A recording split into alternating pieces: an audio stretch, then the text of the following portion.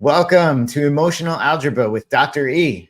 Emotional Algebra is a podcast that helps listeners to understand the subtle calculations people make every day in their relationships with others and explores the known and unknown variables that affect interactions in our everyday lives. It's a podcast to help us all become better people.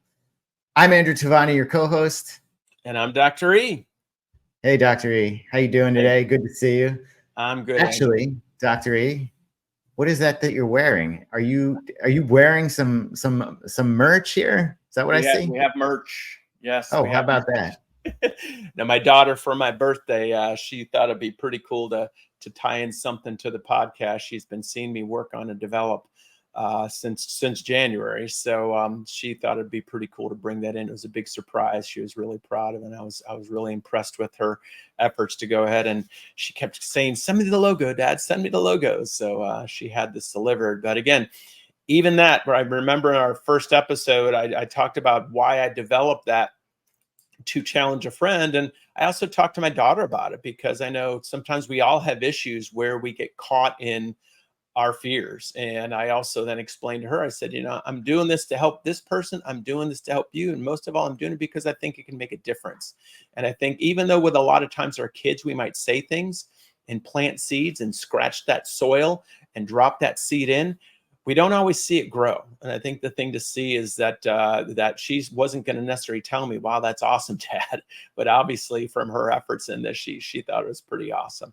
So I think that's where we want to realize our kids aren't always going to show us the things that we want to see, whereas it doesn't mean we're not making an impression on them, even for behaviors that we might not want to engage in. I think that's also something to look at too. Yeah. Always something to consider there. That we talk about right in the open, the known and the unknown factors.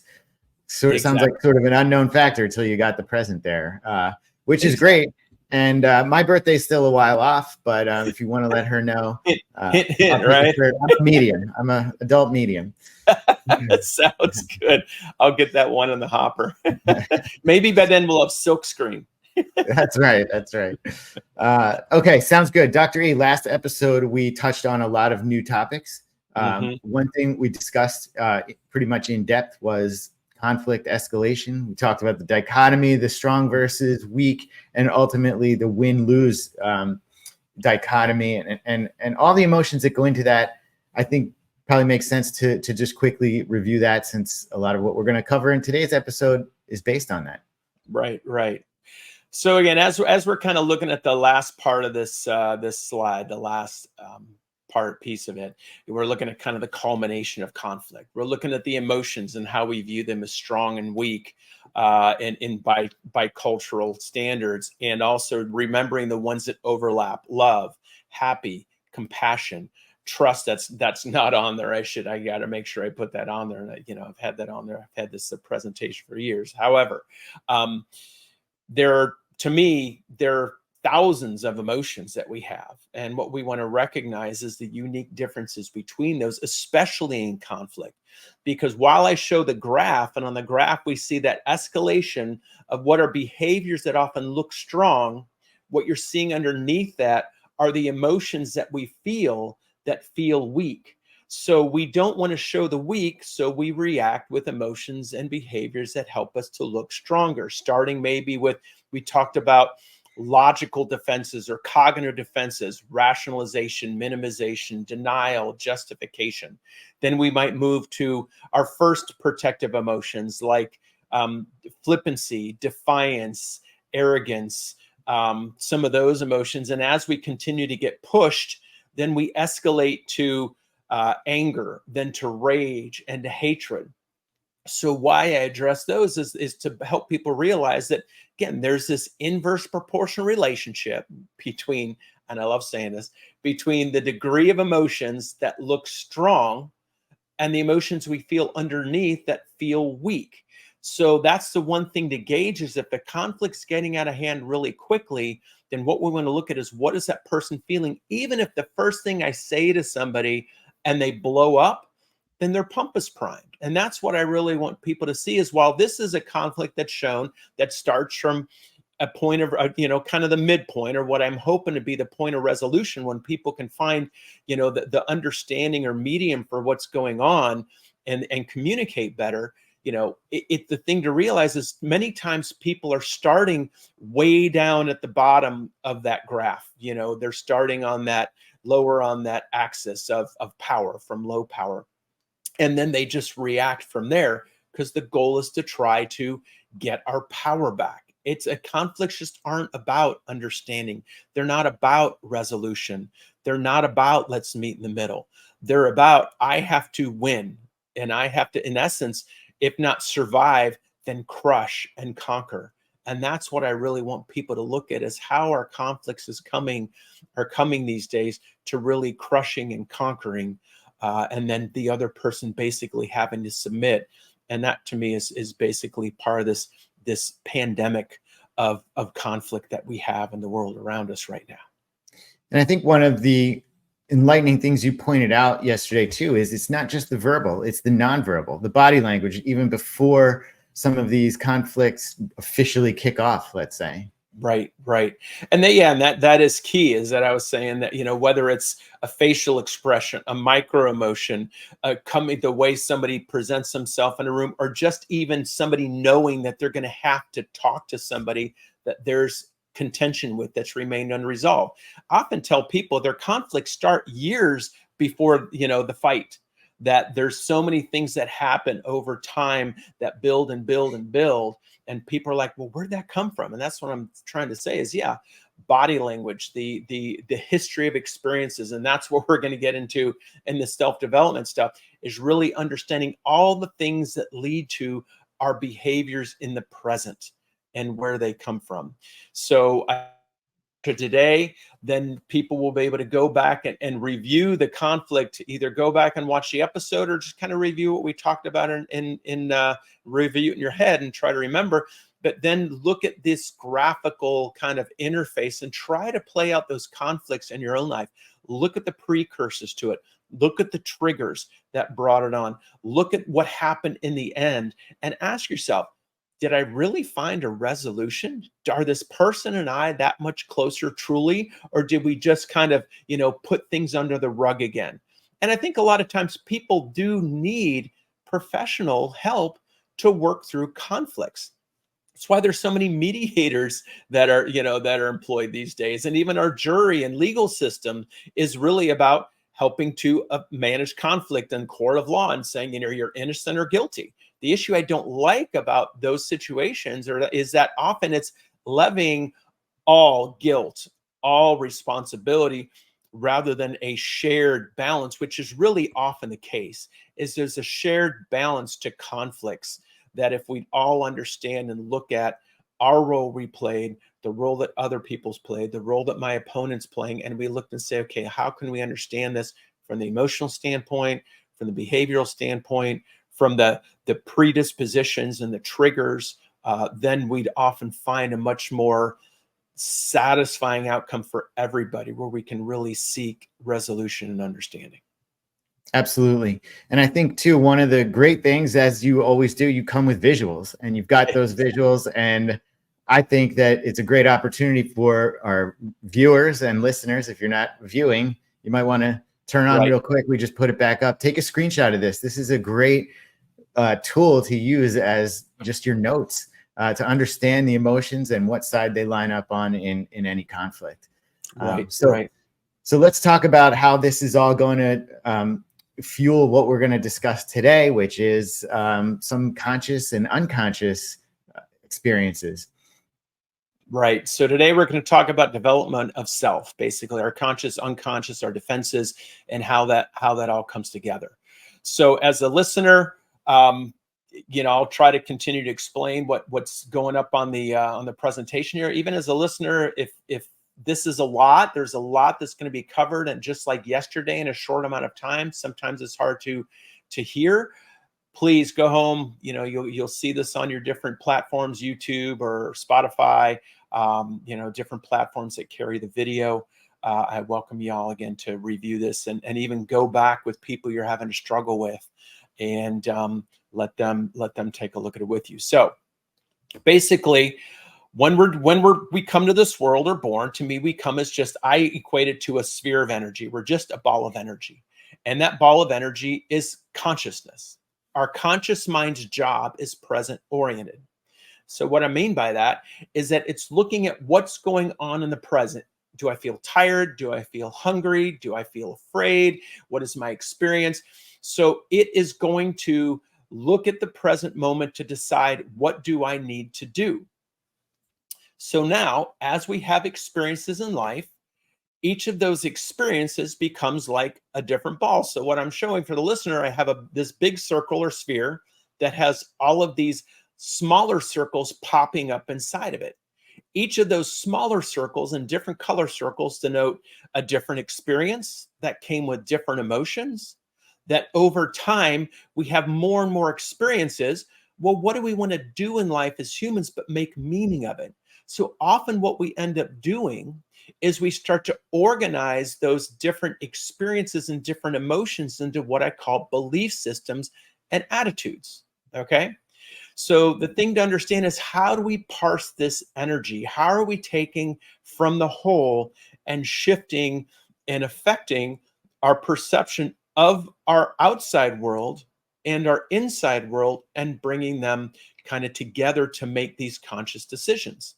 So over time, what happens is we develop more stronger barriers or boundaries between our conscious mind and our unconscious. Why?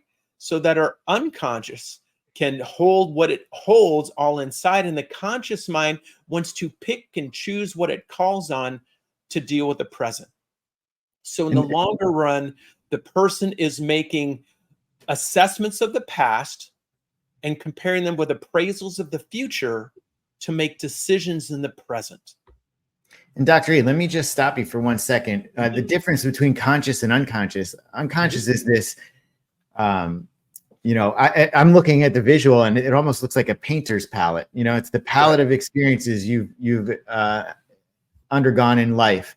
But maybe it's not all some things that you remember. Is that kind of what you're suggesting here? Oh my gosh, yes. I mean, there's so many situations here that go on that we really don't remember, and yet still are influences in our behaviors. And that's really one of the keys to understand, is this is the most important part of our emotional algebra, is what all goes into our behaviors. Now, how do we categorize these experiences? But we go back to our dichotomies. We look at those experiences being good or bad, right or wrong, or strong or weak. And that's then how we start to put those emotions, events, experiences into those belief systems. Now, one thing that I'm not easily able to graphically show, I can do it by drawing on a board a lot more easily, is to show the overlap between different belief systems and sharing common experiences. So let's say that I have belief systems about my experiences with men. And one of my belief systems about men is that they've been tough on me, or they were mean to me, or I got bullied as a kid, and then I got bullied by a boss or a professor or something in my life that occurred. Now that's one belief system I have about men. Now let's say I also now have a belief system about fear and the times I felt bullied or pushed around or intimidated, whether it was by men or women. I'm going to overlap some of those belief systems, those or some of those memories and experiences into that belief system of my fear of conflict in certain situations, and then my situations with men. And then I might have a belief system that says, no, this is when I defend myself. This is when I'm not going to take anymore because of this and this and this and this. That promotes maybe an anger, a defiance, and maybe being pushed, and I can justify rage. So over time, as the conscious mind is continuing to develop and the unconscious mind is becoming the storehouse for all these events and developing, what we have to look at is the complex interaction between these, because it's not cut and dry. And people often want to make dichotomous choices or decisions of, well, this is good or bad, this is right or wrong, this is strong or weak. And I think it's really important to understand the complexity of these issues, because like I said, this is now where we're getting truly into those quantities inside of the quantities, and now looking at the interactions between the variables in our emotional algebra. Are the experiences additive? Are they multiplicative? do they feel exponential? Though to those degrees, which are then going to drive our behavior so much. Dr. E, why do we forget certain experiences that are significant enough to still influence our lives on a daily basis versus other experiences that we definitely remember? Is there a reason that we end up in these situations where so much is unconscious yet still influencing our lives? Well, I think there's a lot. I mean, first of all, there's different theories of forgetting, whether it be primacy or or recency effects, or in terms of why we remember things we do and how to affect our behaviors. But also, we have those theories that say, well, we get so much information, it kind of falls off the edge. It falls off the edge. Time sometimes is a variable, but also we got to look at things that are called motivated forgetting. Some people forget issues. Fully forget those issues or events because psychologically it was too much to remember. People will repress memories. They'll suppress memories. They'll have, buried memories that are in there that through some of the work that I do with people, sometimes these memories are coming up and out that have been in there for a long time. We're also going to influence our memories by our belief systems. And that's where these belief systems and attitude systems that we're showing with the circles with all the smaller circles inside. So a belief system would denote an experience that has, a larger circle with a number of different experiences that come with a number of different, either similar attitudes, beliefs, or outcomes inside. That's where we're going to look at that. That's where it can become complex, is understanding that. Now, as we feel that things are bad and wrong and weak, I look at this as energy, and I look at this, and I'm going to go kind of the simplicity of physics. I look at it that often people wish they could destroy experiences that they feel are bad or wrong and weak. They can't. So what we do is we try to put it in as far back in our unconscious as we can. And then as we feel those experiences, like, ooh, I don't like that. So we cut it off. The issue is, now let's go to another idea of physics, is once an object is placed in motion, it remains in motion until acted upon by an equal and opposite force. So if I have all these emotions in my experience and they've been put in motion by an experience, I always say it's kind of like it happens in a non-gravitational space. So if I ping that emotion, it is going to resonate forever until an equal and opposite force to that emotion comes into play. So that's a lot to chew on there, Andrew. What are your thoughts on what I'm presenting? Dr. E, you're dropping the hardcore science on us, the law of conservation of energy. I haven't heard that one since high school, but no, that's all interesting, and certainly explains a lot of why people behave the way they do. Unresolved. I'm thinking unresolved emotions almost is what it sounds like what you're saying. Do I have that right? Well, yeah. And it's how do we manage those? So the next thing that we want to look at is what the conscious mind wants to do is minimize interference from experiences that don't help with that person's presentation of their ideal self. So you remember we talked about the real, feel, and ideal selves. Well, this is where all the pieces that I've been presenting through all these previous episodes are really coming to fruition through this presentation today, because it brings together the ways we look at power, because we realize we've recreated that power hierarchy within ourselves. It talks about our real, feel, and ideal self. It's talking about the ways we might view ourselves as victims, persecutors, rescuers. And how does that fit with our conscious mind's view of self? Well, since we see most emotions as bad and or wrong and or weak, what does our conscious mind learn to do? It becomes logic-based. Because remember from the last episode, we said, if I'm thinking, I'm not feeling. If I'm not feeling, I don't hurt. If I don't hurt, then you can't hurt me. If you can't hurt me, I can't lose. And if I can't lose, then I must win. So the thing to look at here is that we learn to try to use logic, because we're taught that if we can reason through the world, then everything's going to be okay. Emotions in our hierarchical world do not make sense. So that's why we're often trying to eliminate emotion. And we think if I can look logical, then I look good. But what happens is we filter our logic through our emotions. Arrogance is a false pride. It's pride trying to present this supreme, superior, logical look. And then we have defiance. Defiance isn't necessarily an outward show of anger yet. It's a precursor to that, but it's saying, no, you can't have my power.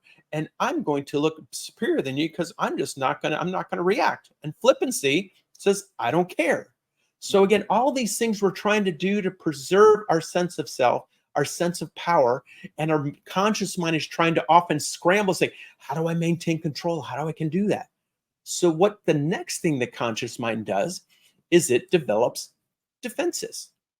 What do those defenses do? The defenses insulate our conscious mind from the inside world, from our unconscious and all the noise that it starts to feel inside to try to affect its decisions and pick and choose what it wants without all this other noise interfering. And or it's also trying to protect ourselves and our perception of the outside world. This is why people can have two totally different views of the same experience, because their defenses are coloring. It's the lens we look at the world with, and also our conscious mind from our own, again, experiences, attitudes, beliefs, perceptions, is going to be coloring the way we're going to perceive that experience. Now, Dr. E, as you're explaining all this, I'm reminded of a memorable Pearl Jam lyric. I don't want to think, I want to feel. So is it better to think or is it better to feel? You've just created a hierarchical issue there. Because you're saying better than. What is it better to do? And I think what we're going to look at is the value of all experiences. That, like I said, in an equitable world, an equity world, emotions make sense. Emotions are purposeful. Emotions have reason. And that's where when we separate and we assume that logic is better than emotion, or some emotions are better than other emotions, or people who are more emotional are better than others, we're again filtering that through a lens that's not going to help us to see the whole spectrum.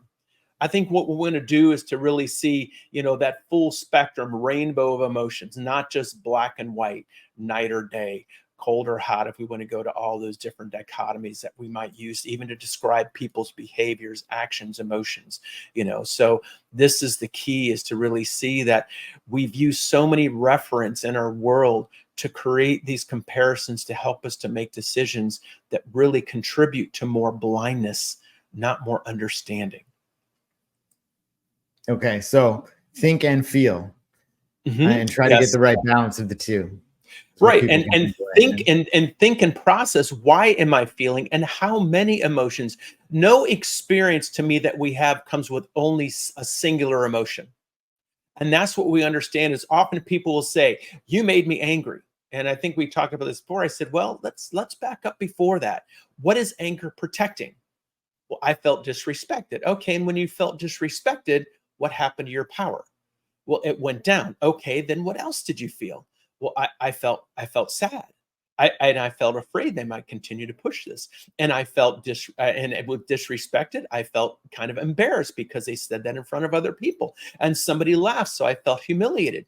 So again, what we're now getting into is the emotional specificity, the unique nature of each individual emotion. That since most emotions or most conflicts feel overwhelming to people, often they just want to back up, avoid, run away. The conscious mind wants to either hunker down or they want to shut it down. And that's what we want to look at, that often that's where our defenses come into play.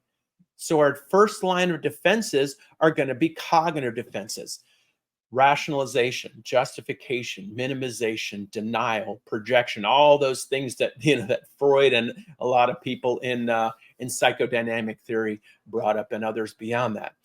Then what's going to happen is we depending on our age, we might move to emotional defenses. So before we can really use logic, when we're little kids, often what do we use as our defenses? Defiance. We might use anger. Kids might have tantrums. They get to the point of rage or hatred. I hate you. Now, in our culture, again, like I said, we've called these emotions bad and wrong, but strong. So when we get into these different delineations, we're not really teaching people how to use emotions. We're telling them to control them. And control is an illusion that's based in fear. Most of the way that we handle conflicts is really about control and having power over, not power with. And whenever I have that discussion of people in control, I'm always helping them to see that this issue that you're seeking control about is because you feel fear. No, I don't. Let's talk about that more. So again, it's about calming down and reacting and responding. So remembering that our defenses are going to escalate, going back to our discussion yesterday, and that escalation of conflict. The more you see that moving from maybe defiance or flippancy or sarcasm, then to anger, to rage, to hatred, you're seeing that increase in the expression of power. That's then it's trying to balance or countermand that decreasing in perception of internal power, the loss of power. And this is always going to be true. So like I said, even we have to look at people who behave in arrogant and or smug ways, that they're trying to control the dialogue. They're trying to intimidate their person. They're trying to use their intelligence to try to shut things down. How does that help with the mutual understanding? So again, these are things now that are driving us to understand where we're at hierarchically, to trying to reach for equity. So today's episode of Emotional Algebra with Dr. E went a little bit long. And what we decided to do was break it into 2 episodes. So in the next episode, we're going to pick it up right where we left off, with Dr. E getting further into depth into these concepts of conscious behavior, unconscious behavior, defenses. It's really interesting stuff, and he's going to take you a little further into it. So as Dr. E says, see you next time.